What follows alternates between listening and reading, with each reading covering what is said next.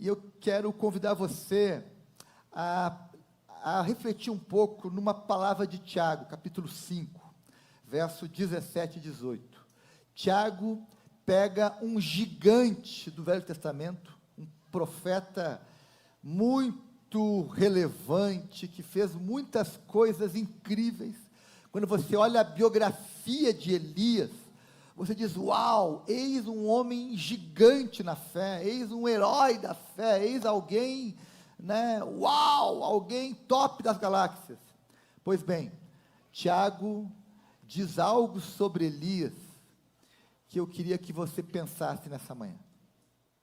Sabe o que Tiago diz sobre Elias? Tiago capítulo 5, verso 17, verso 18. E Tiago está falando aqui inspirado pelo Espírito Santo, tá, gente?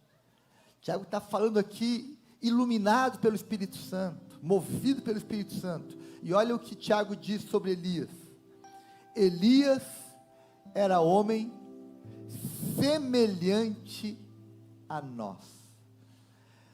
Troque aí o nós e coloque: Elias era homem semelhante a... Põe aí o seu nome. A Jonatas, a Paulo, Carol, Adna, Luísa, Jonas. Elias era homem semelhante a um de nós, sujeito aos mesmos sentimentos ou emoções. Algumas versões vão falar as paixões, sujeito às mesmas coisas que nós vivemos, vírgula, porém, entretanto, ele orou com fervor, para que não chovesse sobre a terra, e por 3 anos e 6 meses, não choveu. Se você acha que a seca aqui de Brasília é cruel, 6 meses sem chuva, como foi esse ano, pois bem, houve um tempo em Israel que ficou 3 anos e 6 meses sem chover. Depois, orou de novo, e então o céu deu chuva, e a terra produziu os seus frutos. Meus irmãos, você imagina que que Elias é um homem gigante, que nós nunca conseguiremos ser como ele. Elias, ele fez tantos milagres porque ele era um super crente, um super servo de Deus.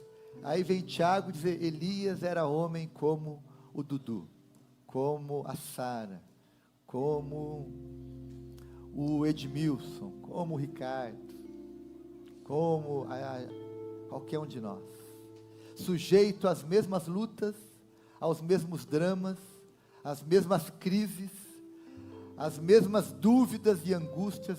Se você já teve dúvidas na tua vida cristã, dúvidas quanto a Deus está te ouvindo, te amando, te usando, bem, Elias também teve.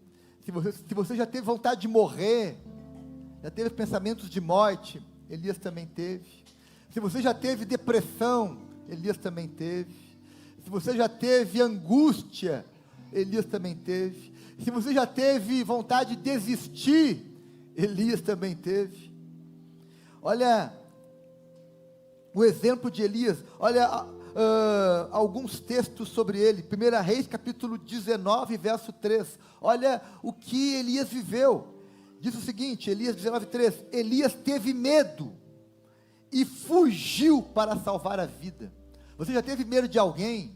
Medo de não conseguir, medo de morrer, medo de dar errado? Bem, Elias teve, e mais, Elias fugiu. Verso 4, olha só o que Elias teve: sentou-se à sombra de uma árvore e teve vontade de morrer. Alguém já teve aqui vontade de morrer? Elias teve. Então orou assim: já chega, Senhor. Pediu para morrer, olha só, pediu para morrer. Acaba agora com a minha vida. Eu sou um fracasso, como foram os meus antepassados. Esse é o Elias. É o Elias. Ei, sabe o que o Tiago está nos lembrando aqui? que Deus não precisa de pessoas perfeitas para fazer coisas grandes. A obra de Deus não depende da perfeição humana. Aleluia! Se dependesse, nenhum de nós poderia cooperar com Ele. E às vezes nós ficamos imaginando que eu só vou poder fazer algo grande, algo especial, se eu for perfeito, se eu for alguém perfeito em tudo. Não, Deus não precisa de pessoas perfeitas, porque Ele já enviou Jesus, que é o perfeito, e esse Jesus habita em nós, e nós temos a presença de Cristo. Quando Deus olha para nós, Ele não vê mais você, Ele vê Jesus, amém? Ele vê o perfeito em nós.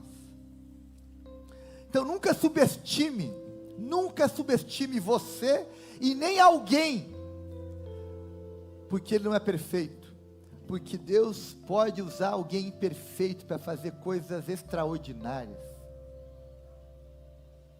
Os heróis da Bíblia, disse Billy Graham, não eram perfeitos, mas Deus usou suas imperfeições para realizar uma obra perfeita.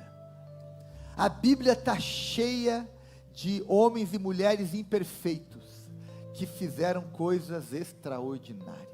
A história da fé, a história do povo de Deus também é assim. Eu conheço muita gente imperfeita, que fez coisas incríveis.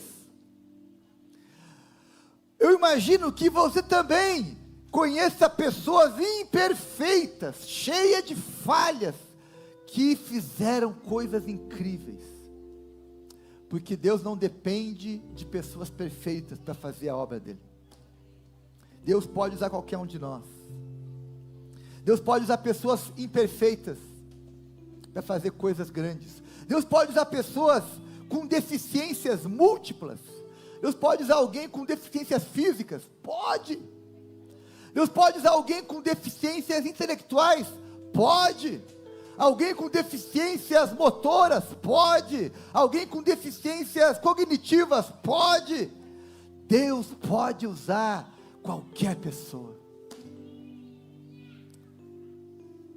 E é isso que o nosso irmão Tiago está nos lembrando. Elias era homem sujeito às mesmas emoções que nós.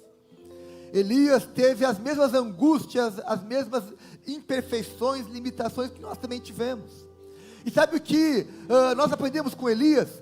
Que a nossa vida é feita sim, de momentos altos e baixos, de crises, de angústias, de medos, de vontade de desistir, sim, de fuga, sim. Nós passamos por isso, e quando eu olho para Elias, e eu olho a minha vida, eu digo, uau, eu também, assim como Elias, já tive vontade de desistir, já tive medo, já fugi, já quis morrer, mas eu, assim como Elias, posso fazer coisas grandes diante de Deus. Tiago nos lembra que Elias não era um homem perfeito. Lembre-se disso. Não só para você ter uma imagem sua mais realista. Você não é perfeito, ok? Também olhe para o teu irmão e lembre-se que ele também não é perfeito, e Deus pode usar ele do mesmo jeito.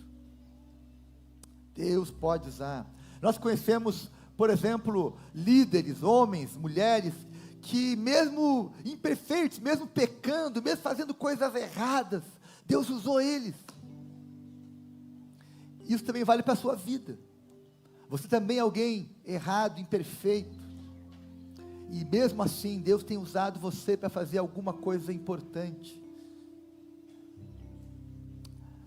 Eu gosto muito de me lembrar, nós temos um tapete aqui na frente da igreja, nós temos, camisas dizendo isso, que é proibida entrada de pessoas perfeitas na Sião. Só tem uma pessoa, só tem um tipo de gente que nós não queremos aqui na Sião, que são as pessoas perfeitas, porque elas não existem, e quem pensa que é um hipócrita, enfim. Então nós somos uma comunidade de pessoas imperfeitas, porém nós estamos olhando para alguém que é perfeito, Jesus, o nosso alvo, o nosso referencial, o nosso Senhor, o nosso Salvador, amém? Agora, Tiago está nos lembrando que Elias era um homem imperfeito, porém, ele fez orações ousadas. Diz o texto que ele orou com fervor, é a palavra que está no texto. Elias, homem sujeito aos mesmos sentimentos que nós, porém orou com fervor. Orou pedindo o quê? Pedindo que não chovesse. Ele pediu o juízo de Deus sobre a terra. Ele pediu que Deus alterasse o ecossistema. Pensa, meus irmãos, numa alteração do ecossistema. Sim, 3 anos e 6 meses mudou a região. Secaram rios, morreram plantas, a terra não produziu como antes, houve crise, houve fome, houve escassez, houve dificuldade, mas por 3 anos e 6 meses não choveu. Pensa uma oração ousada, pensa uma oração que mudou não só a vida de alguém, mas a vida de todos.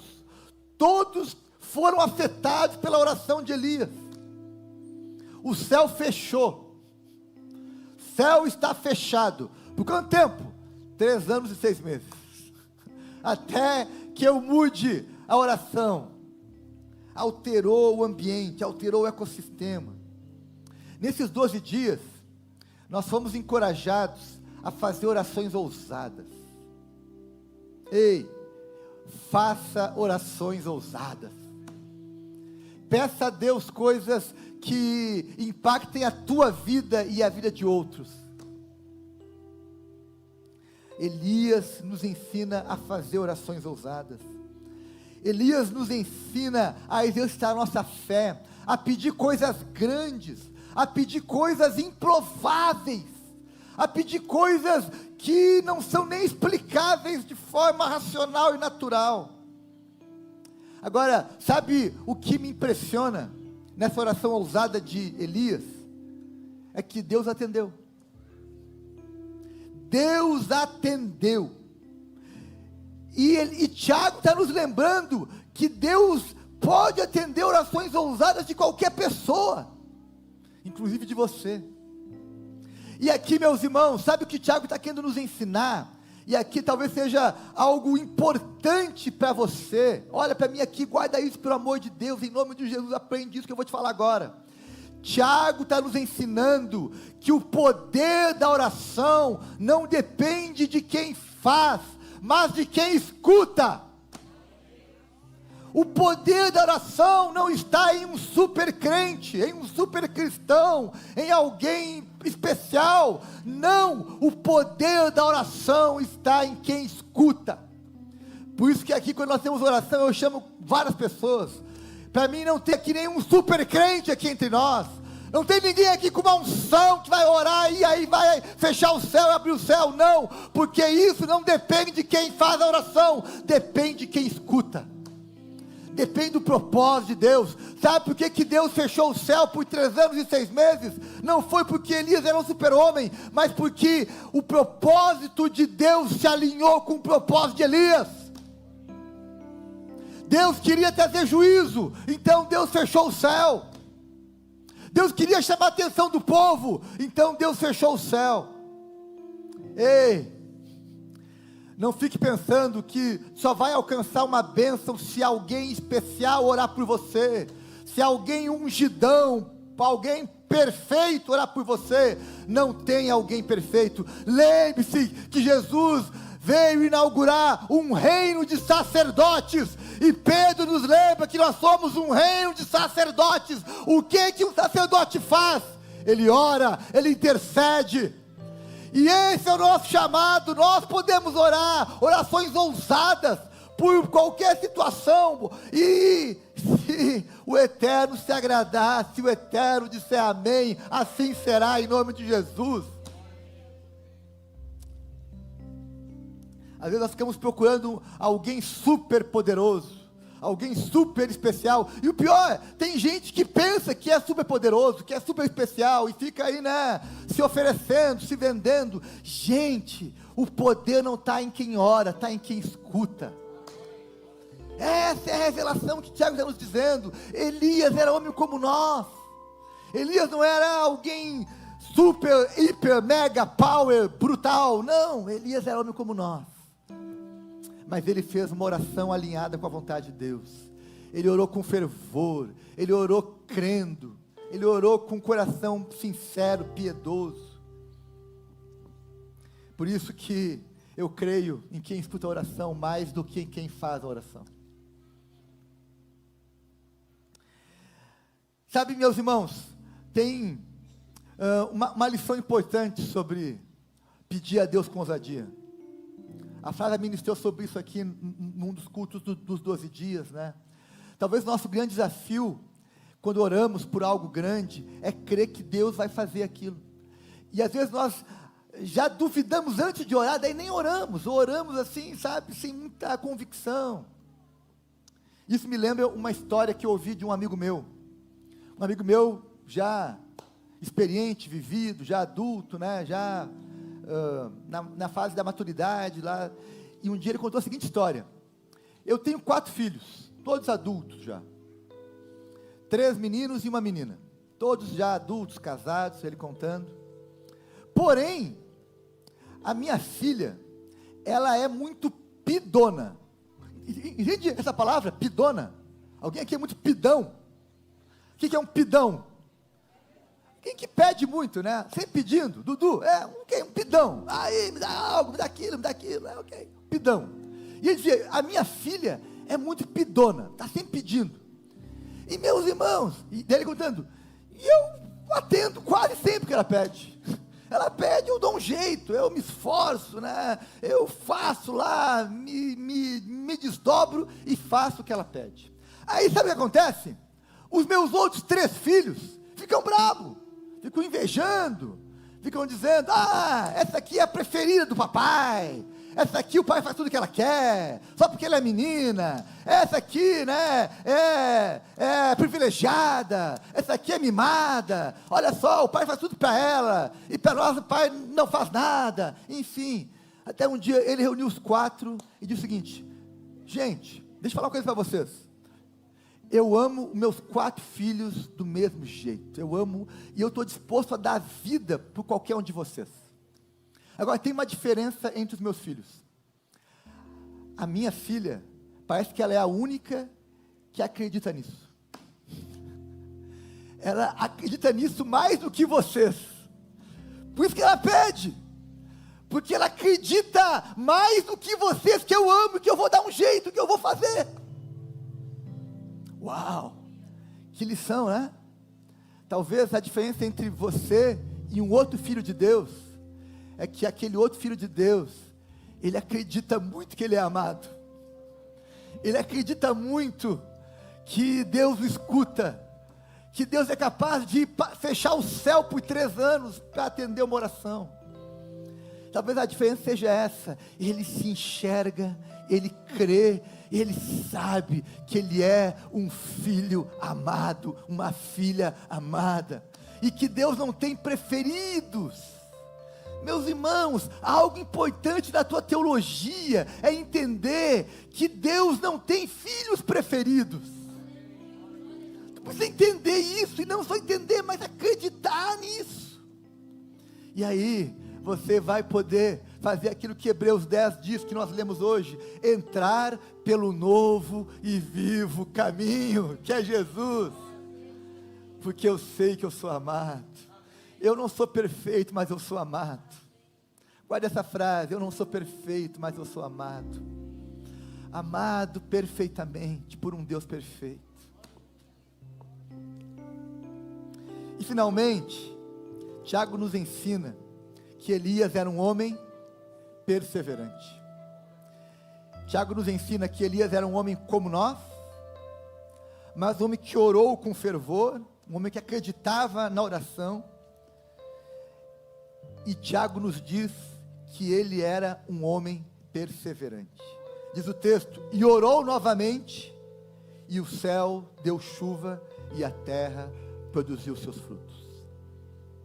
Agora, Tiago, Dudu, tu que é um estudante da Bíblia, ele omitiu um detalhe na palavra dele sobre Elias. Ele disse que Elias orou e o céu abriu. É verdade, Elias orou e o céu abriu. Mas Tiago não disse que Elias orou quantas vezes? 7 vezes. 1 Reis 18, 41 vai dizer: então Elias disse ao rei Acabe: agora vá comer, pois eu já estou ouvindo o barulho de muita chuva. Olha só, estou ouvindo o barulho da chuva. Não tinha chuva, estava ouvindo nas vozes da sua cabeça, mas estava ouvindo, pela fé. Enquanto Acabe foi comer, Elias subiu até o alto do Monte Carmelo. Ali ele se inclinou até o chão, pôs a cabeça entre os joelhos. Quem aqui é bom aqui? Peça ou não peça? Quem aqui consegue pôr a cabeça no meio dos joelhos aqui? Denil, tu consegue pôr a cabeça no meio dos joelhos? Fernando? Dudu? Pô, tô mal aqui assessorado. Genivalter, consegue? Também não? Enfim, ele colocou a cabeça no meio dos joelhos, diz o texto. O Diego consegue. Ali, e disse ao seu ajudante: vai e olhe para o lado do mar. O ajudante foi e voltou e disse o seguinte: Elias, não vi nada, não tem uma nuvem, não tem nada, Elias. 7 vezes Elias mandou que ele fosse olhar. Aqui não diz o intervalo, talvez foram horas, talvez foi mais de dia, enfim, 7 vezes Elias mandou que ele fosse olhar. Na 7ª vez, ele voltou e disse: eu vi subindo do mar uma nuvem pequena, do tamanho da mão de um homem. Então Elias mandou: vá aonde o rei Acabe está e lhe diga que apronte o carro e volte para casa, senão a chuva não vai deixar. Ele orou por 7 vezes. Sabe que aqui eu aprendo com esse texto? Bem, eu vou orar até acontecer, ou eu vou orar até que aconteça, ou eu vou morrer tentando, porque Elias sabia que se não acontecesse ele ia morrer. Mas ele disse: eu vou orar até que a chuva venha, ou eu morra tentando. Ei, ore com perseverança, meu irmão. Ore com perseverança. Algumas respostas vão demorar. Vai ter que ser 7 vezes. Vai ter que ser muitas vezes. Nós temos exemplos na Bíblia. Eu vou falar sobre isso à noite, de pessoas que oraram por muito tempo, mas confiaram que Deus ia mover a sua mão, que Deus ia mover as nuvens, que Deus ia trazer à existência o que não existia. Então nunca pare de orar, porque creia que Deus nunca para de escutar. Eu nunca vou parar de orar, porque Deus nunca vai parar de escutar. Sabe, meus irmãos, o que é orar? Deixa eu te ensinar algo aqui importante sobre oração. Olha para mim aqui, guarda isso, anota isso, guarda no teu coração, na tua mente. Orar é semear, e perseverar é regar aquela semente, até que o fruto apareça. Não, você não entendeu isso. Você entendeu? Se você ia ficar agora empolgado. Orar é semear, perseverar é regar, até que o fruto apareça. Ei, te empolga com isso, igreja. Comece a glorificar Deus. Orar é semear, perseverar é regar semente. Você precisa regar a tua semente, meu irmão. Esse é o processo de Deus. O lavador lança a semente, mas ele rega até que o fruto apareça. Esse é o nosso chamado de oração. Eu vou orar até que o fruto apareça. Elias orou até que visse uma nuvem. Por isso não desista.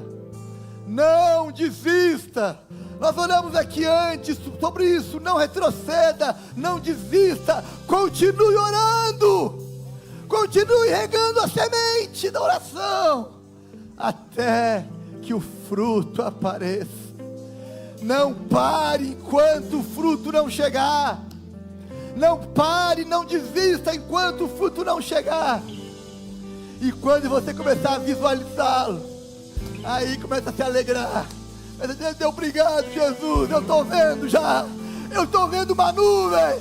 Eu estou vendo uma nuvem. Está vindo chuva. Está vindo coisa boa.